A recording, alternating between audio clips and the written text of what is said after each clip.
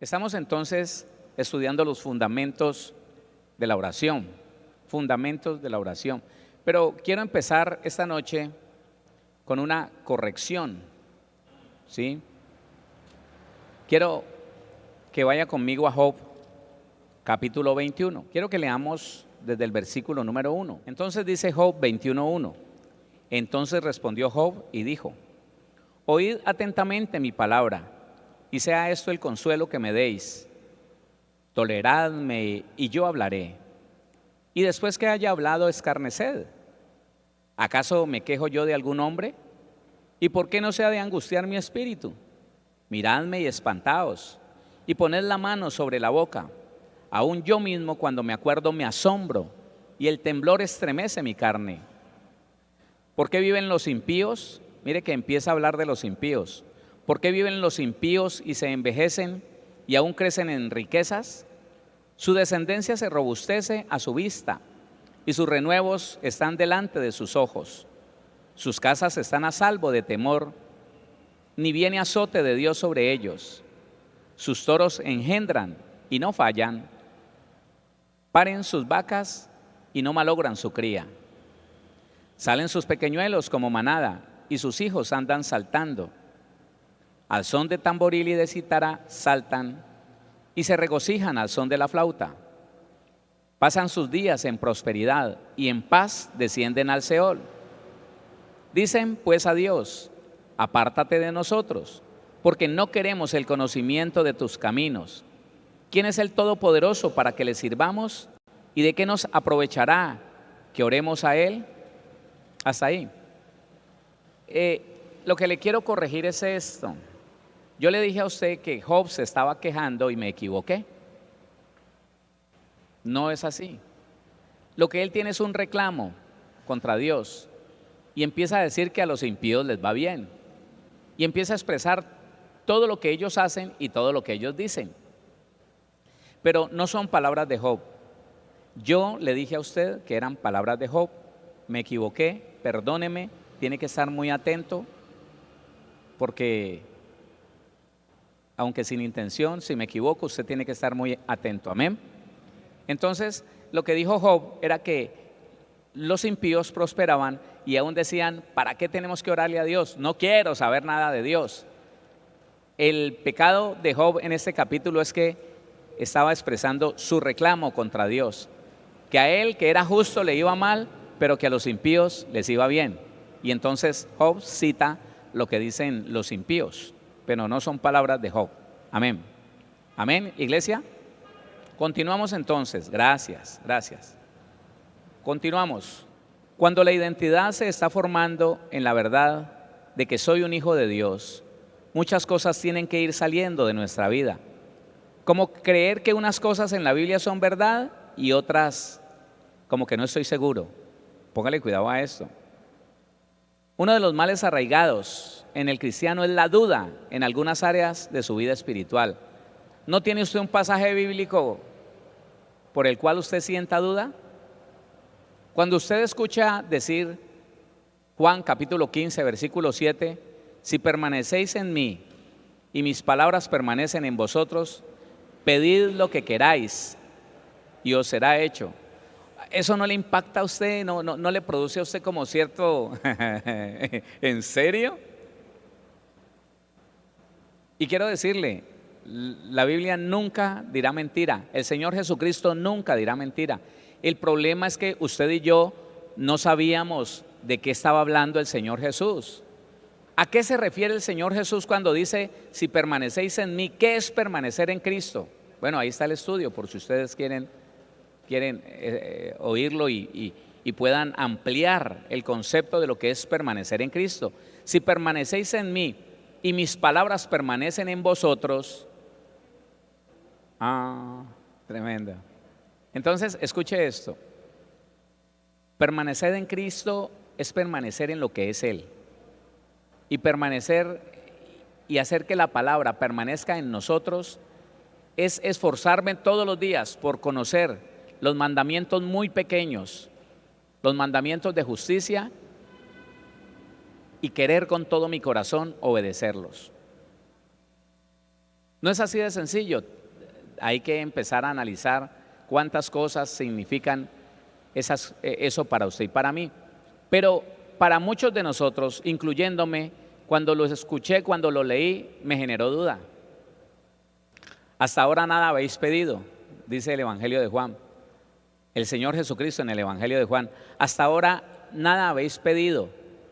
Pedid pues y recibiréis, para que vuestro gozo sea cumplido. Como quien dice, yo tengo unas ganas de verte contento. Pida que hasta ahora nada habéis pedido en mi nombre. Es que dice el Señor, nada has pedido. Y uno dice, lo que sea.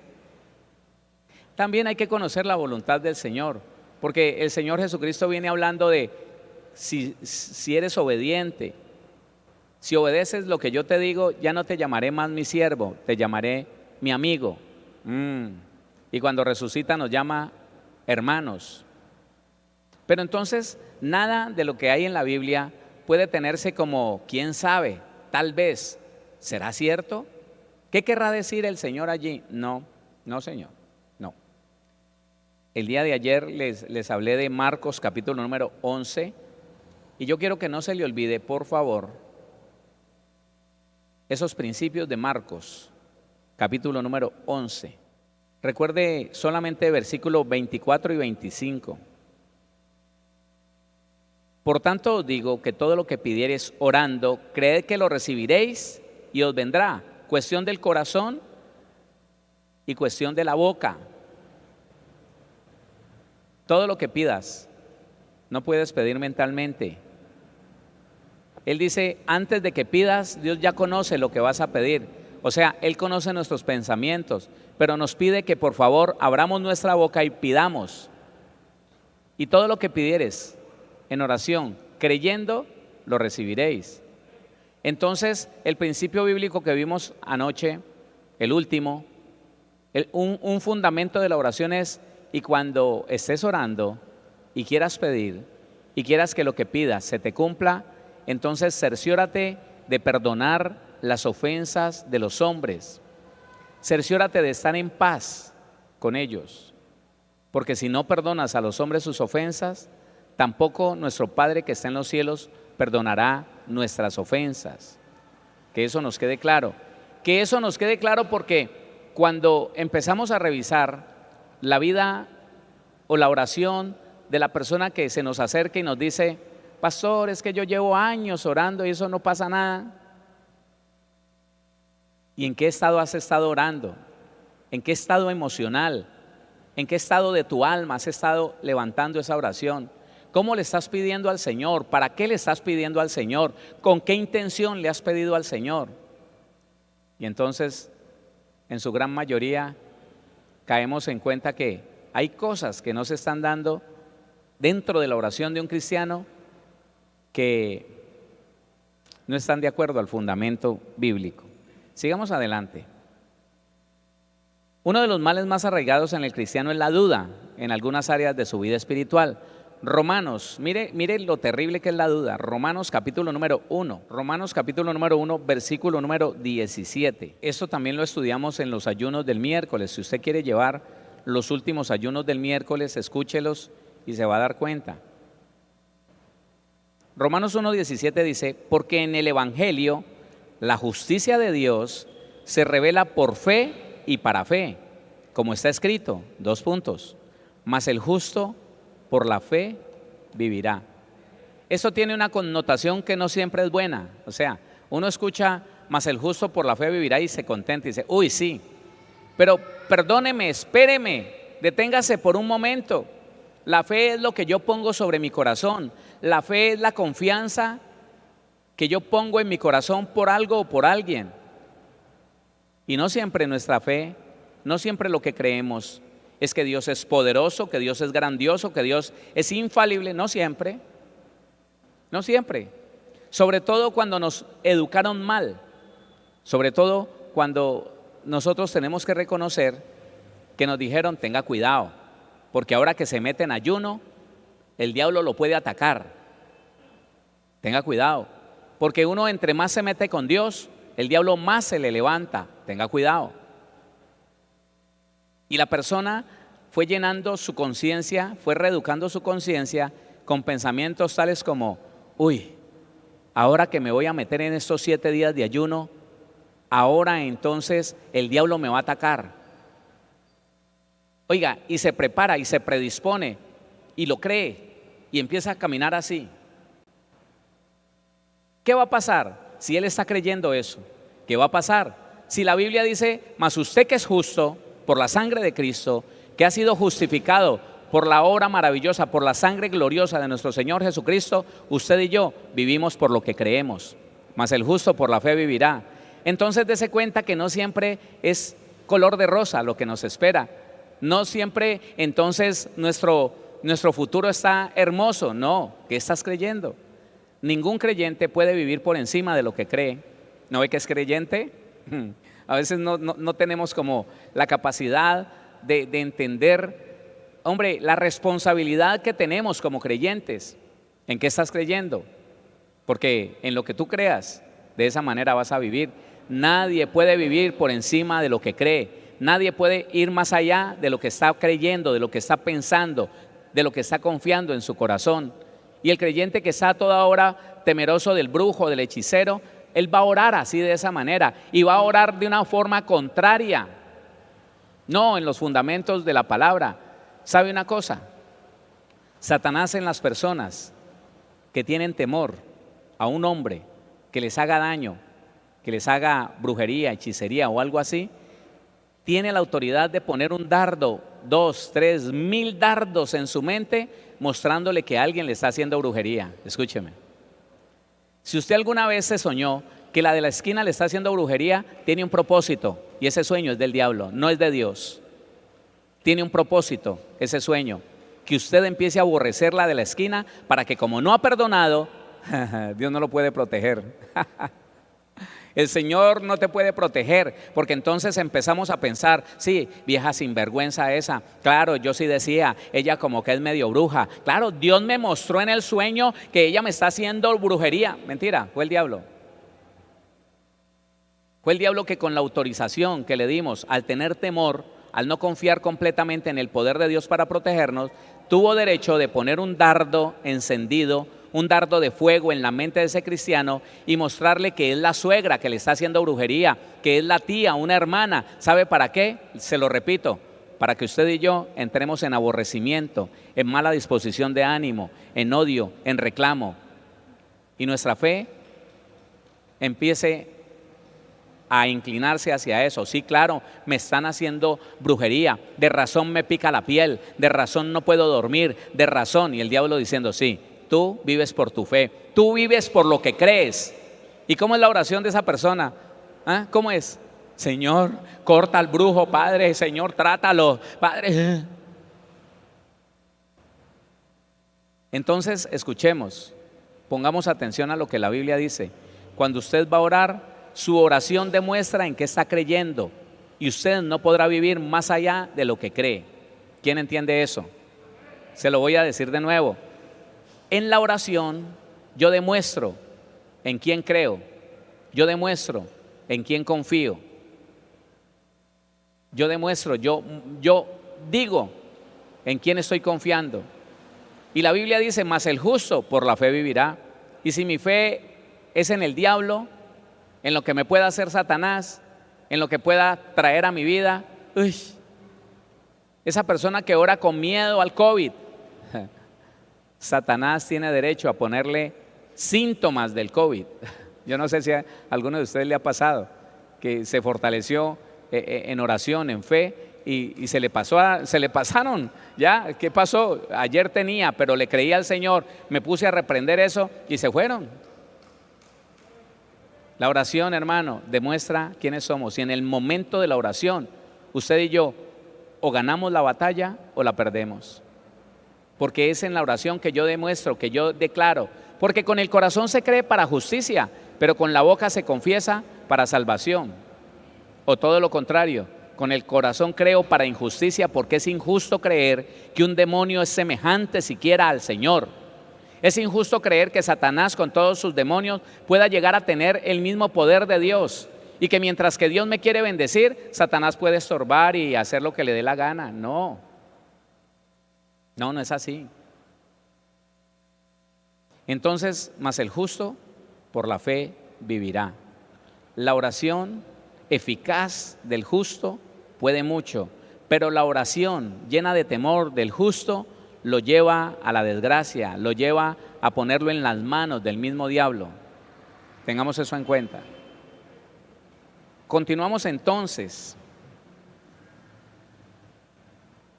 teniendo en cuenta de que la oración manifiesta la fe de mi corazón, lo que estoy creyendo y en quién estoy confiando.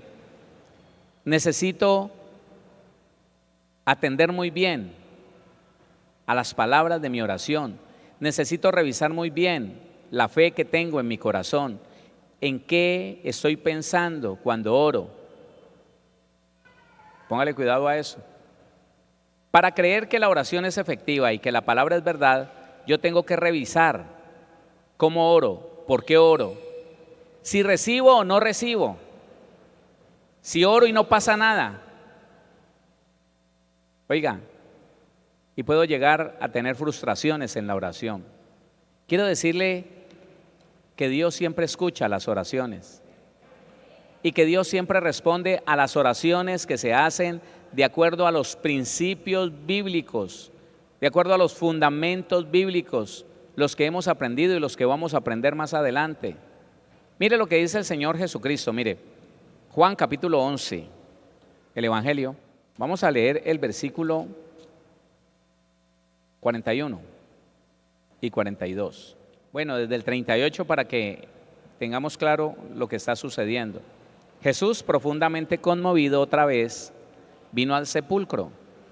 Era una cueva y tenía una piedra puesta encima. Dijo Jesús, quitad la piedra. Marta, la hermana del que había muerto, le dijo, Señor, hiede ya, porque es de 4 días. Jesús le dijo, ¿no te he dicho que si crees, verás la gloria de Dios? Entonces quitaron la piedra de donde había sido puesto el muerto. Y Jesús, alzando los ojos a lo alto, dijo, póngale cuidado a lo que dijo el Señor, Padre, gracias te doy por haberme oído. Yo sabía que siempre me oyes. ¿Cómo es? Yo sabía que siempre me oyes. ¿Cómo es? Yo sabía que siempre me oyes, pero lo dije por causa de la multitud que está alrededor, para que crean que tú me has enviado. La pregunta que el Señor nos podría hacer y nos está haciendo en este momento y a esta hora es, ¿usted sabe que yo siempre lo escucho o no? ¿Ah? El Señor nos pregunta, ¿usted sabe que yo siempre lo escucho? Pero escuche, pero que por el carácter de Dios, Él no puede responder afirmativamente a una oración que se sale de los principios de la Biblia, de los fundamentos de la Biblia. Por el carácter de Dios, Él no puede responder a una oración donde se le está diciendo, Señor, tírala en cama, Padre, trata a ese hombre, trátalo, Señor, Padre. ¿Cuándo dice el Señor que pidamos por eso? ¿Cuándo? ¿Cuándo? ¿Cuándo dice el Señor que empecemos a orar en contra de nuestros enemigos? Córtalos, Señor. El que escucha es el diablo, no Dios. De hecho, orar con duda le da lugar al diablo. Escúcheme, orar con duda le da lugar al diablo y orar fuera de los principios bíblicos le da lugar al diablo. Miremos a ver si es cierto. Santiago capítulo 1, sí, ya lo leímos, pero tengo que volver a leerle varios textos que ya le había leído, porque se los adelanté en el momento de estarle haciendo la introducción, en algún momento que la hicimos. Santiago, el capítulo número 1, versículo 5, hablando de algo. Y si alguno de vosotros tiene falta de sabiduría, pídala a Dios, el cual da a todos, ¿a cuántos? A todos, abundantemente y sin reproche, y le será dada. Déjeme decirle algo, es bíblico y es del agrado de Dios que usted y yo pidamos sabiduría. No se detenga, pidamos sabiduría. La sabiduría es la correcta aplicación del conocimiento. Cuando usted conoce algo, a veces conocemos las cosas, pero no sabemos aplicarlas bien. Yo, por ejemplo, me aprendí de memoria una receta de cocina, pero a lo que fui a llevarla a la obra no fui capaz. Eso me quedó feo, porque no es suficiente tener conocimiento, sino tener la sabiduría para aplicar correctamente ese conocimiento. Pero entonces dice el versículo 6, que es el que nos interesa: pero pida con fe, no dudando nada, porque el que duda es semejante a la onda del mar, que es arrastrada por el viento y echada de una parte a otra. Aquí le voy a dar otro principio de la oración. Analice qué cree usted, no pida nada que usted no esté seguro, que usted tiene confianza que Dios se lo dé. Se lo voy a decir de esta manera: no pida nada que usted no pueda creer que le pertenece. Somos hijos de Dios. ¿Qué fue? ¿Qué pasó? Somos hijos de Dios. Y usted y yo, dele la gloria al Señor. Oiga, y usted y yo deberíamos estar confiados de que como hijos de Dios somos herederos y tenemos derecho a todo lo que nuestro Señor Jesucristo ganó en la cruz del Calvario. Él no lo ganó para Él mismo, no, Él no necesitaba lo que ganó en la cruz del Calvario, Él no lo necesita, usted y yo sí lo necesitamos. Y cuando el cristiano no es capaz de confiar en que todo aquello que el Señor Jesucristo hizo en la cruz del Calvario, absolutamente todo, es para beneficiarme a mí, y no lo meto a usted ahí porque yo no sé qué fe tenga usted, es para beneficiarme a mí en todo lo que yo necesito. Cuando el cristiano no puede creer, se arriesga a pedir con duda, y si pide con duda, de Dios no va a recibir nada, pero se arriesga a recibir de otra parte, porque la persona que pide con duda no agrada a Dios. Mire lo que dice la palabra: pero pida con fe, no dudando nada, porque el que duda es semejante a la onda del mar, que es arrastrada por el viento y echada de una parte a otra. 7. No piense pues quien tal haga, que haga ¿qué? Pedir con duda. ¿Que haga qué? Pedir con duda. No piense pues quien tal haga que recibirá cosa alguna del Señor. ¿Se está dando cuenta? Entonces, ¿cuál es este principio y este fundamento que les estoy mostrando por la Biblia? El hecho de que usted analice si lo que le va a pedir a Dios, usted cree que le pertenece y que lo puede recibir por derecho legal, por el solo hecho de ser un hijo o una hija de Dios. Si usted puede llegar a creer que como hijo de Dios le pertenece la sanidad, pida por sanidad. Le pertenece la prosperidad, pida por prosperidad. Que si le pertenece, hermano, la paz, que sobrepasa todo entendimiento, la paz es suya, porque es un derecho que nosotros tenemos como hijos de Dios. ¿Quién dice amén a eso? Que si usted cree que le pertenece la fe, pues pídale fe al Señor, Dios se la va a dar para ver milagros. ¿A usted le pertenecen los milagros? Claro. ¿A usted le pertenece la libertad? La libertad es el pan de los hijos. El Señor Jesús le dijo a la mujer extranjera, le dijo: no, espérese. Usted me está pidiendo que le liberte a su hija que quedó en casa, pero la liberación es el pan de los hijos. Yo no le puedo dar el pan de los hijos a los perrillos, a los animalitos domésticos, a las mascotas. Pero entonces a veces el cristiano no cree que le pertenezca. No, me toca vivir así porque es que el Señor, no sé qué propósito tiene con el Señor conmigo.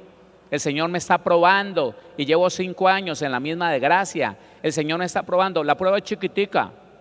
Usted puede pedir que le envíen por correo o a su teléfono prueba, tribulación o reprensión. Son cosas diferentes, hermano. Y el cristiano las mezcla. La consecuencia de una maldición es que todo el tiempo en desgracia. Y usted, hermano, ¿por qué todavía vive en esa escasez? No, el Señor me está probando, el Señor me está haciendo más fuerte. Es mentira, así no es. Usted tiene que saber cómo es la prueba, usted tiene que saber cómo es el perfeccionamiento, de qué se trata. Tenemos que saber cuál es, óigame, la consecuencia del pecado. Tenemos que saber todas esas cosas. Porque nos ponemos a orar, Señor, esta prueba yo la acepto. No la acepte porque es una maldición generacional. Es algo que te heredó tu papá, no la acepte. Y uno, sí, Padre, yo la acepto, Señor. Padre, Señor, yo sé que esto es una prueba, Señor, que me va a fortalecer, mas el justo por la fe vivirá. ¿Usted cree que eso se tiene que quedar en su vida? Se va a quedar.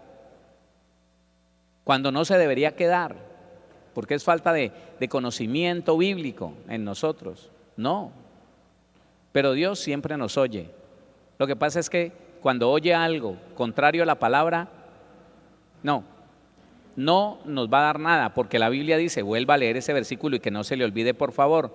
7, no piense pues quien tal haga que recibirá cosa alguna del Señor. Lea el 8. El hombre de doble ánimo es inconstante en todos sus caminos. Continuemos, avancemos. Si Dios siempre me oye, ¿por qué no siempre responde a mis oraciones? Pregúntese eso. Si Dios siempre me oye, ¿por qué no siempre responde a mis oraciones? Hágase algunas preguntas para descubrir las falencias dentro de la oración. Hagámonos algunas preguntas. 1, ¿te gusta orar? ¿Te deleitas orando? Bueno, me las voy a hacer yo y usted las toma. ¿Me gusta orar? ¿Me deleito orando?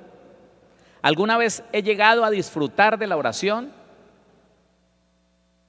¿Alguna vez he podido disfrutar de la presencia de Dios mientras oro? Si tu respuesta es no, puede ser, y solo puede ser, que por la enseñanza incompleta que nos dieron, nunca logramos conectarnos con Dios. Nunca logramos conectarnos con Dios. Le voy a explicar eso. Porque si usted y yo seguimos la enseñanza que nos dieron de que, hermano, ore una hora y ore como que usted estuviera en la iglesia, en esa oración intercesora de guerra espiritual, esa oración colectiva, y usted se va para la casa y estando solo, repite el mismo modelo de la oración que hacemos aquí, y entonces empieza, Padre, Señor, glorifícate ahora, Padre, oh Señor amado, y una hora allí, bla, bla, bla, en el nombre de Jesús, amén, y termina vacío. Satisfecho porque, demostró power, y habló duro y gritó, y de pronto el vecino de la izquierda se enojó y gritó, se le alborotaron los demonios. No, lo despertaste, que es diferente. Y se le alborotó fue la ira. Hermano, entonces no, yo nunca y nunca he recibido nada, porque está pidiendo en medio de un Padre, Señor, dame, trae a mi vida, Señor, oh. Pero cuando uno entiende que es quietico, dice la Biblia, estad quietos en la presencia del Señor, ¿sí o no? Guarda silencio delante del Señor, porque ya hablé y ahora guardo silencio y le digo, Señor, enséñame. Señor, ayúdame a entender. Señor, ayúdame a comprender. Entonces, cuando uno se queda calladito, cuando ya dijimos lo que dijimos con entendimiento, con un propósito claro, y nos quedamos quietos, entonces la presencia del Señor empieza a tomarnos, empezamos a sentir la hermosura del Señor, empezamos en el Espíritu a percibir la grandeza, la santidad, la belleza del Señor, y nos ponemos a llorar ahí en silencio y nos gozamos. ¿Y sabe qué? Queremos todos los días sacar ese rato para estar en la presencia del Señor, porque orar empieza a volverse deleitoso. Dele la gloria al Señor. Dele la gloria a Dios. Entonces, esas son las preguntas para mí. ¿Me gusta orar? ¿Me deleito orando? ¿He llegado a disfrutar de la oración? Y me pregunto, ¿qué tan a menudo lo hago? Esas son unas respuestas para usted. El cristiano debe andar activado en oración todo el tiempo, siendo consciente de la presencia, de la ayuda, de la guía del Espíritu Santo. Desde el Antiguo Testamento el Señor dice: tenlo presente en todos los caminos, tenlo presente en todos tus caminos y Él enderezará tus veredas. Cuando soy consciente de la presencia del Espíritu de Dios y que tiene la intención y la capacidad sobrenatural de ayudarme, de enderezar mis pasos, de corregirme en el momento que voy a tomar una mala decisión, de advertirme que alguien me quiere engañar. Hermano, uno cuando recién entra en el mundo de las finanzas, de la economía, de los bancos, cuando le mandan esas tarjetas de crédito así a la casa y nunca le dan un entrenamiento de eso, a los días empiezan a llamarlo: buenas, es que usted se ganó un gran premio por ser un gran administrador de sus tarjetas, tenemos un regalo para usted, queremos saber si usted es el titular. Usted es el señor Héctor Fabio Cortés. Sí, señora, sí, yo soy Héctor Fabio Cortés. Y quiero que me diga, ¿usted tiene la Visa o la Mastercard? Y uno, yo tengo de las dos, me las mandaron en estos días. Bueno, es que para poder entregarle a usted el premio, entonces usted necesita darme los números, los 4 números de su tarjeta y un numerito que tiene atrás, no más. Y me da también el número de caducidad, de vencimiento de la tarjeta. Y yo me parecía lo más normal. Y cuando le dije, bueno, y estaba buscando mi billetera, donde tengo los documentos, el Espíritu de Dios me dice: ¿qué vas a hacer? No hagas eso. Y yo, permiso, le colgué. Entonces dije: voy a averiguar qué es lo que pasa, porque desde que el Señor me advirtió, claro, hermano, imagínese, le vacían la tarjetica y después queda con una deuda impresionante. Entonces, cuando usted y yo tenemos presente que el Espíritu de Dios está en nosotros y que Él está con la firme intención y con la capacidad suficiente para ayudarte, para guiarte, para no dejarte enredar en ningún engaño, porque Él nos lleva a toda verdad. ¿Qué hace el Espíritu de Dios? Nos lleva a toda verdad. Porque hay una verdad que es tenebrosa, pero tenemos que aceptarla. Durante muchos años la iglesia ignoró la presencia, la presencia en tiempo real del Espíritu Santo. Sí, no éramos capaces porque no nos enseñaron, no éramos capaces no éramos capaces de tener claro que el Espíritu de Dios estaba ahí en tiempo real para preguntarle, para pedirle ayuda. No, tengo que ir a la iglesia, y no pude ir esta noche porque tuve trabajo y estoy angustiado porque no he ido a la iglesia a conectarme con Dios. ¿Acaso Dios solamente está en el lugar donde te congregas? Él está dentro de ti. De hecho, tenemos que darle la gloria al Señor. Iglesia, tenemos que trascender de pensar que esta es la iglesia es usted. Este no es el templo es usted. Este es un auditorio, esta es la congregación donde venimos a tener un tiempo bajo la presencia del Señor, amén, pero el Señor está en nosotros. Y durante mucho tiempo la iglesia andaba para arriba y para abajo, ignorando que el Espíritu de Dios estaba en él. Y hacía cosas vergonzosas y creía que tenía que venir a la congregación a decirle: Señor, perdóname porque hice tal y tal cosa. Yo te vi, estaba contigo. De hecho, que me contristé, me dio dolor que me pusieras a ver eso. Entonces, es importante en la oración siempre estar conectado, siempre estar consciente de que el Espíritu de Dios está contigo. Romanos 8:26, y de igual manera el Espíritu nos ayuda en nuestra debilidad, pues ¿qué hemos de pedir como conviene? No lo sabemos, pero el Espíritu mismo intercede por nosotros con gemidos indecibles. ¿Quién es el que nos ayuda? ¿Y quién intercede por nosotros? Oiga, nada más completo. que el diseño de Dios para usted y para mí. A la diestra de Dios, mi Padre Celestial, está el Señor Jesucristo intercediendo por mí.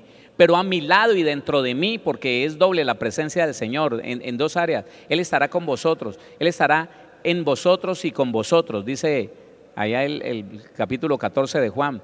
Entonces, a mi lado y dentro de mí está el Espíritu de Dios, ayudándome en mi debilidad, corrigiéndome en la oración. ¿Sabe por qué orábamos tan mal? Porque no teníamos presente al Espíritu de Dios, porque no le preguntábamos si estaba bien orar para que mi suegra se muriera. No, pensábamos que teníamos todo el poder para hacerlo.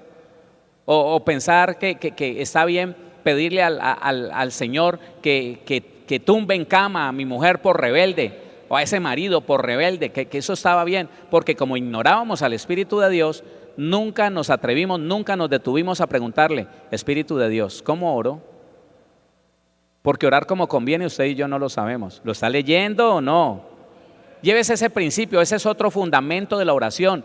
Yo me acerco al Señor, pero yo no sé cuáles son las mejores palabras, yo no sé la forma adecuada de orar, pero tengo un ayudador, tengo al Espíritu Santo que me ayuda para saber cómo debo de pedir como conviene delante del Señor. ¿Quién dice amén a eso? Es lo que dice la Biblia allí. Dele la gloria al Señor. Entonces, oiga, entonces dice el versículo 26, y de igual manera el Espíritu nos ayuda en nuestra debilidad, pues ¿qué hemos de pedir como conviene? No lo sabemos, pero el Espíritu mismo intercede por nosotros con gemidos indecibles. 27, mas el que escudriña los corazones sabe cuál es la intención del Espíritu, porque conforme a la voluntad de Dios intercede por usted y por mí, por los santos. Amén. Entonces continuamos descubriendo las falencias. 3. Si no te gusta orar, ¿con qué frecuencia lo haces? ¿Y por qué lo haces? Si nunca has disfrutado el tiempo de oración, ¿qué estás haciendo? ¿Será oración lo que estás levantando delante del Señor? ¿Será una queja?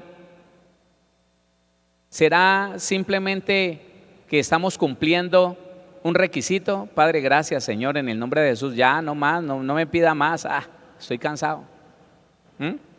Si no nos gusta orar, ¿con qué frecuencia lo hacemos y por qué lo hacemos? Muchos oran por miedo, claro, muchos que nunca habían vuelto a orar, escúcheme, muchos cristianos que no habían vuelto a orar para nada, con lo del COVID, ahora empezaron a orar por miedo. Señor. No, hermano, ¿qué tal? ¿Qué tal nosotros los creyentes? No disfrutar, escúcheme, no apreciar el privilegio tan grande de que Dios haya venido a morar dentro de ti, dentro de mí. El Espíritu de Dios se mudó, cambió de casa, dejó el cielo y vino a morar en ti, en mí. La dirección del Espíritu Santo es cada uno de nosotros, mire.